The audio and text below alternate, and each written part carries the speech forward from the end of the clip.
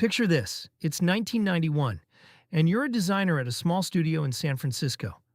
On your desk is a Macintosh 2 hooked up to a gorgeous 13-inch color display, and you're trying to lay out a 200-page catalog packed with full-bleed scanned photos. Every time you nudge an image, the mouse freezes. The screen redraws in slow motion, a checkerboard of half-rendered pixels creeping down the page. Switching to another window? Go get coffee. Or maybe you're the numbers person at a publishing house, living in a massive multi-thousand-cell spreadsheet. One wrong sort, one big recalc, and the machine locks up for minutes at a time. The hard drive is fast for the era. The RAM is maxed out, but the Motorola 68020 or 68030 CPU at the heart of your Mac is simply drowning in work. The graphics system, Quick Draw, is pushing more pixels than the bus can comfortably move. You can feel the limits of 1980s engineering bearing down on late 1980s workloads. In that world, the CPU is the bottleneck, and for a brief, fascinating window of time, a small company of ex-Macintosh engineers set out to break that bottleneck with something audacious. Not a new computer, but a whole new computer on a card. To understand Radius, you have to rewind to the original Macintosh team at Apple. In May 1986, just 2 years after the first Macintosh shipped, several of its key engineers walked out to start something new. Burrell Smith, the hardware designer behind the 1984 Mac, Mike Boich, an early evangelist who had pushed the Mac into software developers' hands, Matt Carter and Alan Rossman, both deeply involved in making the Mac a real product. Soon after, Andy Hertzfeld, one of the principal authors of the original Mac system software, joined them. This crew had already changed personal computing once. At Apple, they'd built a compact closed box, no expansion slots, no third-party cards, almost no way in. Now, free of Apple's constraints, they wanted to build for the same creative users, but this time by extending the Mac rather than replacing it. They called the new company Radius, set up shop in Sunnyvale, California, and focused from day one on Macintosh-only hardware. In June 1990, just 4 years after founding, Radius went public. It was an impressive rise, and it rested on one breakthrough product, a display that finally let the Mac show a full page at once. The first Radius product came out of a simple frustration. The original Macintosh screen was tiny. Writers, designers, and publishers all complained that they couldn't see a whole page at a legible size. Radius answered with the Radius full-page display, a tall, high-resolution, black-and-white monitor that could show an entire letter-sized page on one screen. It plugged into early Macs like the Macintosh Plus and 512K using custom hardware. Burrell Smith designed the board that drove the display. Andy Hertzfeld wrote the firmware, the low-level code living in ROM on the card, that taught the Mac how to treat this strange new screen as just another part of its desktop. The clever part wasn't just the size. Radius implemented a multi-monitor coordinate space. The idea that you could have more than one screen side by side and drag windows across them as if they were part of one big desktop. This was not something the original Macintosh was built for. Radius hacked it in first, and Apple later adopted the same concept in the Macintosh 2 line. The full-page display was an immediate hit in desktop publishing. Within the first year of shipments, Radius was reportedly bringing in around $1 million a month in sales, an astonishing figure for a startup selling add-on hardware for a single computer platform. With the full-page display a success, Radius pushed deeper into displays and then into speed. Their second major product was the Radius accelerator, a board that added a Motorola 68020 processor to earlier Macs. In practical terms, it gave those machines a much faster brain, with Radius marketing it as roughly quadrupling performance. Benchmarks from the era don't always match the bolder claims, but for compute-heavy work, the difference was very real. Then came one of the most iconic Radius products, the pivot display. This was a tall monitor that could physically rotate between portrait and landscape orientation. As you turned the screen, the Mac's desktop rotated with it in real time. Menus, mouse coordinates, everything remapped on the fly. The industrial design came from Terry Oyama, formerly the industrial design lead at Apple. For people working on magazine layouts or long documents, seeing a whole vertical page felt transformative. Behind the scenes, Radius was also experimenting with ways to make the Mac's graphics faster. Their Quick Color and Quick CAD video boards used an ARM2 RISC processor, the same core family used in the Acorn Archimedes, to offload quick draw graphics routines from the Mac's main CPU. QuickDraw was the Mac's 2D graphics system, responsible for drawing lines, text, and bitmaps. By moving some of that work to the ARM chip and using bulk data transfers over the expansion bus, Radius claimed up to 600% faster drawing. Real-world speedups were more modest, but users doing CAD and illustration did see snappier screen redraws compared with unaccelerated NuBus graphics. This combination, big screens plus more speed, set the stage for Radius's boldest idea yet. If you could put a graphics accelerator on a card, why not put an entire high-end Macintosh on one?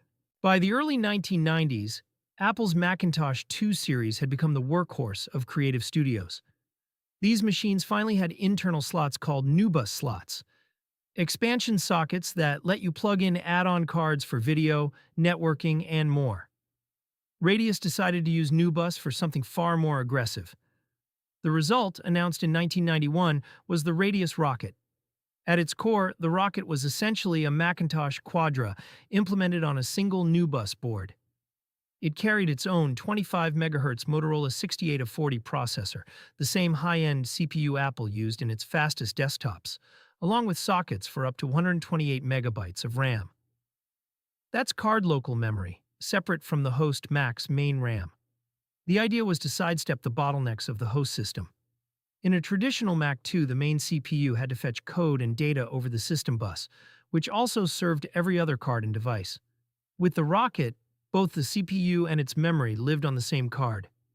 Most of the heavy lifting, rendering a complex Illustrator document, recalculating a huge spreadsheet, ray tracing a 3D scene, could happen without saturating the slower system bus. The Rocket targeted NuBus-equipped Macs like the Mac 2, 2X, 2CX, and 2CI. It was notably incompatible with the 2FX, Apple's own top-of-the-line 68030 machine, and it also wouldn't run in Mac 2 systems configured for Apple's Unix, AUX. Price-wise, Radius aimed it squarely at users, considering Apple's own Mac 2FX logic board upgrade. At around $3,495, the Rocket was in the same ballpark, but promised unmatched performance for demanding applications, provided you were willing to live with its quirks. Physically, the Radius Rocket was hard to miss. Photos from the period show a densely packed NuBus card dominated by a huge heatsink over the 6840 processor. Around it sat 8 SIM sockets for memory, and along the top edge, an unusual connector, a 32-bit PDS or processor direct slot.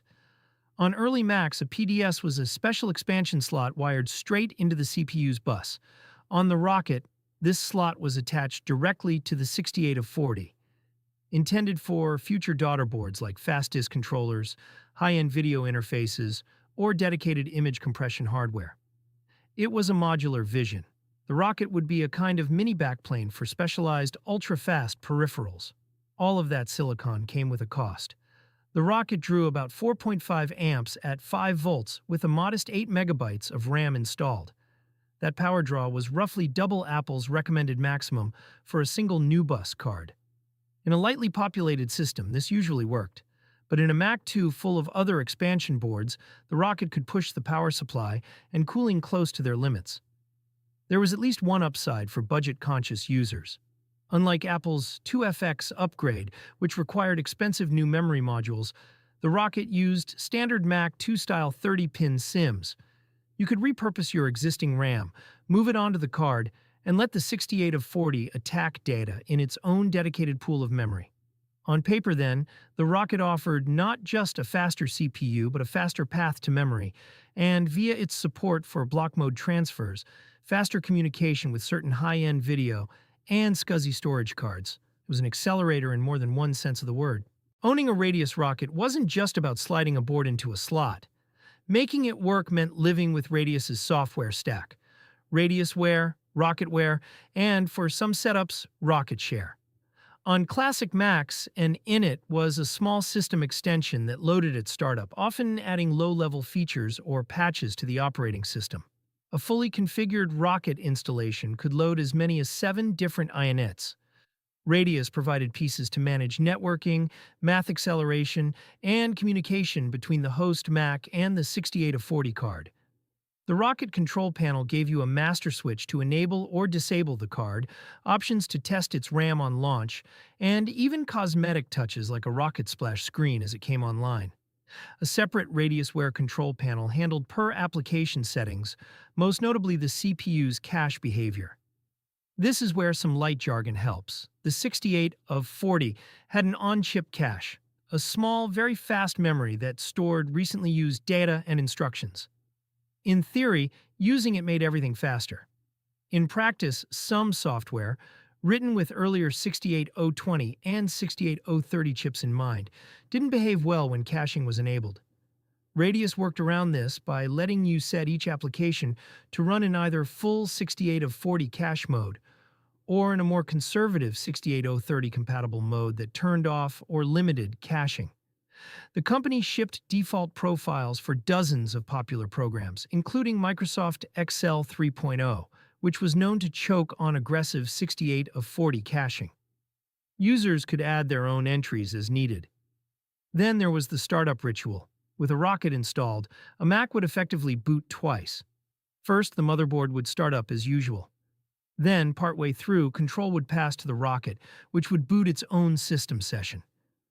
To users, this looked like the machine starting, pausing, and then starting again, a quirk that sparked many support calls, but was, in fact, entirely normal. So, what did all this complexity buy you in practice? Contemporary testing from Mac User Labs compared a standard Mac 2X to the same machine outfitted with a Radius Rocket and 32 megabytes of RAM. In general productivity benchmarks, the Rocket system ran at roughly 2.5 times the speed of the stock 2-class machine, about a 245% performance boost. The gains were even more striking in compute-heavy tasks. In one 3D ray tracing test using Stratavision 3D, the Rocket-equipped 2X finished the render in less than a quarter of the time taken by the unaccelerated 2X. Against Apple's own Mac 2FX, the Rocket machine still sliced processing times significantly, especially when paired with fast Radius Direct Color 24 video cards and high-end SCSI 2 storage. Subjective reports from the era line up with these numbers. Users described huge Illustrator files becoming manipulable instead of painful, and massive Excel spreadsheets recalculating in seconds rather than minutes. Still, the Rocket wasn't a universal cure-all. Software had to be compatible with the 68 of 40 and with Radius's extensions.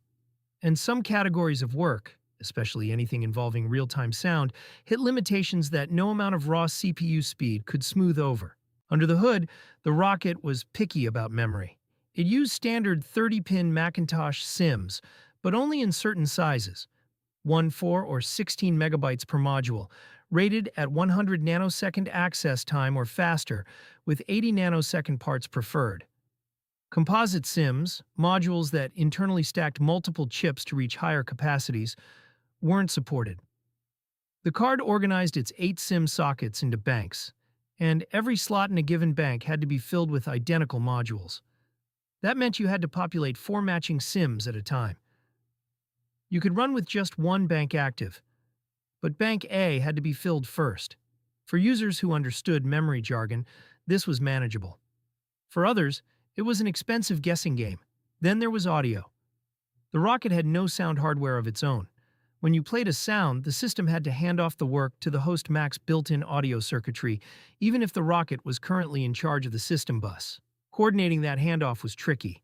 With older versions of Apple's Sound Manager software, Radius could make this mostly work.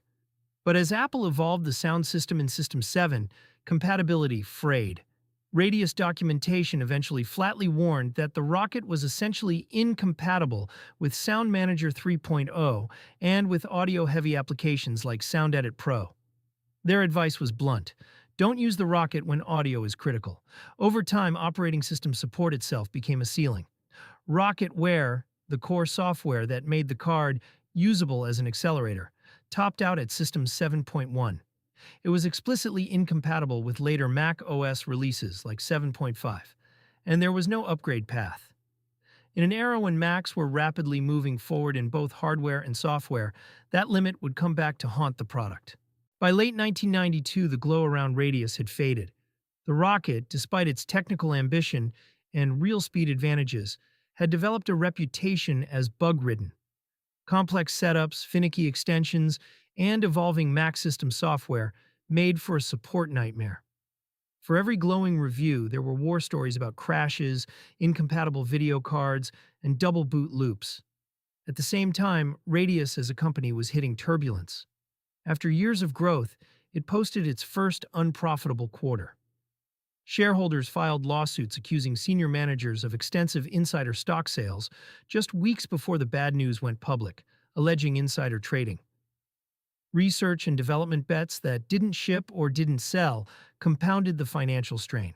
Management tried to refocus. The new plan was to hold on to the professional graphics market while building a serious business in digital video. Radius acquired Video Fusion to get a foothold in video production software, and its engineers evaluated potential partners and acquisitions. One of those opportunities, according to later accounts, was an early version of what became Adobe After Effects.